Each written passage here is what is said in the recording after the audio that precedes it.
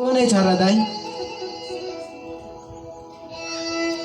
हुनु त हो कवि भाइ, के गर्नु, यस्तै छ।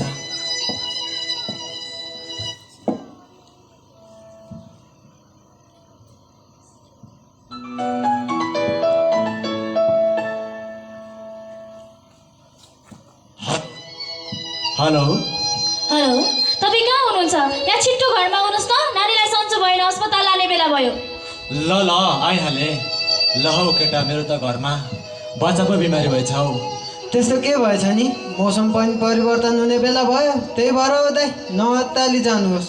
ल ल ठेकडालाई नबिर्सिकन भनिदिए है। ल है ल। विजेन्द्र छोरा बिरामी भएको खबर सुनेर आत्तिँदै घरतर्फ लान्छ।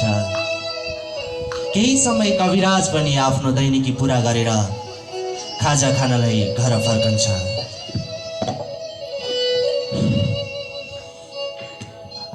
आजको दिन पनि काटियो।